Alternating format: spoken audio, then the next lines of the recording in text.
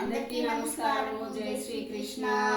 అందరూ సుఖ సంతోషాలతో వర్ధిల్లాలని ఆ కృష్ణ పరమాత్మని ప్రార్థిద్దాము. నా మనవడు ఈరోజు శ్లోకాలు చదువుతాడు. మనం మొదటి అధ్యాయము అర్జున విషాద యోగం నుండి అర్ధ తాత్పర్యాలను తెలుసుకుంటున్నాము. అందులో భాగంగా ఈరోజు 12వ శ్లోకం నుంచి చెప్పుకుంటున్నాము. ప్రార్థనా శ్లోకంతో మొదలు పెట్టాము. శుక్లాంబరధరం విష్ణుం శశివర్ణం చతుర్భుజం ప్రసన్నవదనం ధ్యాయేత్ సర్వవిఘ్నోపశాంతయే వసుదేవసుతం దేవం కంసచాణూరమర్దనం దేవకీ పరమానందం కృష్ణం వందే జగద్గురుం శ్రీకృష్ణం వందే జగద్గురుం. జై శ్రీకృష్ణ. అందరికీ మొదలు పెడదాం నాన్న. అలాగే అమ్మమ్మ. తస్య సంజనయం హర్షం కురువృద్ధః పితామహః సింహనాదౌ వినద్యోశ్చైష్ శంఖం దద్మౌ ప్రతాపవాన్. అంటే కురువృద్ధుడు ఎవరు? భీష్ముడు. ప్రతాపశాలిను ఆయన భీష్మ పితామహుడు అని ఆయనే కురువృద్ధుడు. ప్రతాపశాలి ఆయన భీష్మ పితామహుడు. అతనిని సంతోషపరచడానికి, అంటే వృద్ధుడు కదా ఆయన, అందరికంటే పెద్దవాడు కురువంశంలో. ఆయన సంతోషపరచుటకై ఉచ్చస్వరంతో, అంటే పెద్దగా ఉచ్చస్వరం అంటే హై లెవెల్లో అన్నమాట అర్థం. సింహనాదం అనొచ్చి ఈ శంఖమును పూరించను. శంఖమును సింహనాదం అంటే సింహం ఎట్లా గర్జిస్తుంది అలాగా శంఖాన్ని పూరించాడనమాట. అది 13వ శ్లోకం నాన్న. తతః శంఖాశ్చ భేర్యశ్చ పనవానకఘోముఖాః సహసైవాభ్యహన్యంత సశబ్దస్తు ములోభవత్. అంటే ఏంటి? మరుక్షణం నందే, నెక్స్ట్ మూమెంట్లోనే అని అర్థము. శంఖములు, నగారాలు. శంఖములు అంటే తెలుసు కదా మనకి. శంఖాలు ఏదైనా చేసేటప్పుడు ముందుగా శంఖానాదం చేస్తాం. శంఖాలు, నగారాలు అని అంటే ఇట్లా డోళ్ళు, బృంద ఇవన్నీ ఉంటాయి కదా, అలాంటివి అన్నమాట. అలాగే తప్పెటలు అంటే అది కూడా ఒక వాయిద్యం. మృదంగాలు అంటే తెలుసు మనకి. మృదంగం అంటే ఇలా కొడుతూ ఉంటారు. డోలు, సన్నాయి అలా ఉంటాయి కదా, అందులో మృదంగం. గోముఖ వాద్యములు. గోముఖం అంటే గోముఖము ఎలా ఉంటుంది అలాంటి వాయిద్యం అన్నమాట ఒకటి. అలాంటివన్నీ ఒక్కసారిగా మోగినవి, అంటే అందరూ ఒక్కసారి మోగించారు. ఎవరెవరి చేతిలో వాయిద్యాలు ఉన్నాయో, ఎటువంటి వాయిద్యాలు, వాటన్నిటినీ మోగించారు. దిక్కులు పిక్కటిల్లేలాగా ఒక్కసారి ఆ సౌండ్స్ రాగానే ఏమవుతుంది, శబ్దాలు రాగానే మనందరికీ మొదలవుతుంది ఏదో అన్న ఇది వస్తుంది అన్నమాట అందరి మైండ్లో. అలాగే దిక్కులు పిక్కటిల్లేలాగా ఆ వాద్యనాదములు భయంకరములై ఒప్పినవి.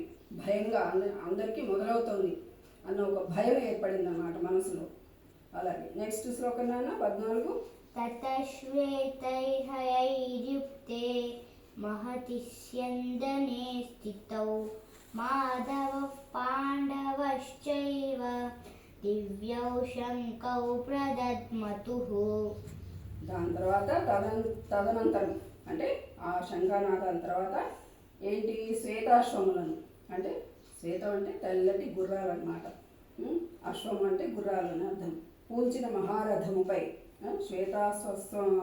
అశ్వములను ఉన్నటువంటి మహారథంపై, గొప్ప రథం మీద ఆసీనులై ఉన్న శ్రీకృష్ణార్జునులు తమ దివ్య శంఖములను కూడా పూరించారు. వారు కూడాను వాళ్ళ దగ్గర ఉన్న శంఖాలను పూరించడం అంటే సౌండ్ చేయడం, ఒక శబ్దం అన్నమాట. శంఖం పూరించడం అంటే శబ్దం వస్తుంది శంఖం నుంచి. అలా నెక్స్ట్ శ్లోకం నాన్న. పాంచజన్యం హృషీకేశో దేవదత్తం ధనంజయః పౌండ్రం దద్మౌ మహాశంఖం భీమకర్మా వృకోదరః. శ్రీకృష్ణుడు పాంచజన్యం అనే శంఖాన్ని, అర్జునుడు దేవదత్తం అనే శంఖాన్ని కూడాను పూరించారు. అరివీర భయంకరుడైన భీముడు అందరికంటే పర్సనాలిటీలో పెద్దవాడు. ఆయన ఏంటి? పౌండ్రము అనే శంఖం ఉంది. శంఖాలకు కూడా పేర్లు ఉన్నాయి వాళ్ళ దగ్గర. శ్రీకృష్ణుడిది పాంచజన్యము, అర్జునుడి దేవదత్తము, పౌండ్రం అనేది భీముడి యొక్క శంఖం అన్నమాట. అలాగా అందరూ వారి వారి శంఖాలను మహాశంఖము దేవుడి దగ్గర మహాశంఖమును పూరించారు, అలాగే శబ్దం చేశారు, దాని నుంచి వచ్చే ధ్వని. నెక్స్ట్ శ్లోకం నాన్న. అనంత విజయం రాజా కుంతీ పుత్రో యుధిష్ఠిరః నకులः సహదేవశ్చ సుఘోషమణి పుష్పకౌ. ఇప్పుడు కుంతీపుత్రుడు రాజు, తర్వాత యుధిష్ఠిరుడు అనంత విజయం అనే శంఖమును, నకుల సహదేవులు సుఘోషం అనే శంఖమును, మణిపుష్పకములు. నకులుడు సహదేవుడు కాబట్టి సుఘోష మణిపుష్పకములు అనే శంఖాలు కూడా ఉన్నాయన్నమాట. వాళ్ళందరూ కూడా వారి వారి శంఖాలను పూరించారు. అలాగే నెక్స్ట్ శ్లోకం నాన్న.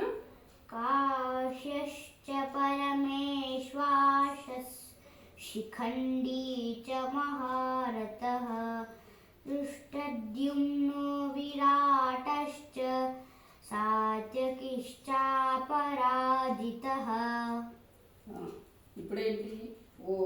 నెక్స్ట్ రాజు అనమాట. ఓ రాజా, మహాధనుర్ధారి అయిన కాశీరాజు, మహారథుడైన శిఖండియు, దృష్టద్యుమ్నుడు విరాటరాజు, అజేయుడైన సాత్యకి, ద్రుపద మహారాజు, ద్రౌపది యొక్క 5 పుత్రులు, వీళ్ళందరూ కూడాను తమ తమ శంఖాలని పూరించారు. నెక్స్ట్ శ్లోకం నాన్న. సఘోషోదాతరాష్ట్రాణాం. 18వ శ్లోకం ఉంది నాన్న, చూడు. ద్రుపదో ద్రౌపదేయాశ్చ సర్వశః పృథివీపతే సౌభద్రశ్చ మహాబాహు శంఖాన్ దద్ముః పృథః పృథక్. అవునా? ఇందులో కూడాను అదే చెప్తున్నాడు. ఏంటి? సాత్యకి, ద్రుపద మహారాజు, ద్రౌపది యొక్క 5 పుత్రులను, భుజబలశాలియు సుభద్రాపుత్రుడును, అభిమన్యుడు. సుభద్రాపుత్రుడు అంటే అభిమన్యుడు అనమాట. తమ తమ శంఖములను వేర్వేరుగా పూరించారు. వాళ్ళందరూ కూడాను వారి వారికి ఉన్న శంఖాలను ధ్వని ద్వారా తెలియజేశారు. అది నెక్స్ట్ శ్లోకం నాన్న. సఘోషోదాతరాష్ట్రాణాం హృదయాని విదారయత్ నభశ్చ పృథివీం చైవ తుములో వ్యనునాదయన్. అంటే పాండవ పక్ష మహాయోధులు శంఖ నినాదములను భూమి ఆకాశములు దద్దరిల్లేటట్టు, వాళ్ళందరూ కూడాను భూమి ఆకాశము దద్దరిల్లేలాగా, అంటే పెద్ద పెద్ద శబ్దాలు వస్తున్నట్టుగా వారి వారి శంఖారావములకు ధాతరాష్ట్రుల హృదయములు కకావికలమయ్యేది. అంటే ఒక రకమైన భయం ఏర్పడింది వాళ్ళలో. అలాంటి భయాన్ని వచ్చేలాగా వాళ్ళు వారి వారి శంఖాలను ధ్వని ద్వారా తెలియజేశారనమాట. నెక్స్ట్ శ్లోకం నాన్న. అత వ్యవసితాన్ దృష్ట్వా ధాతరాష్ట్రాన్ కవిధ్వజః ప్రవృత్తే శస్త్ర సంపాతే ధనురుద్యమ్య పాండవః. 21 కూడా చదివే నాన్న. ఋషికేశం తదా వాక్యం ఇదమాహ మహీపతే అర్జున ఉవాచ సేనయోరుభయోర్मध्ये రథం స్థాపయమేచ్యుత.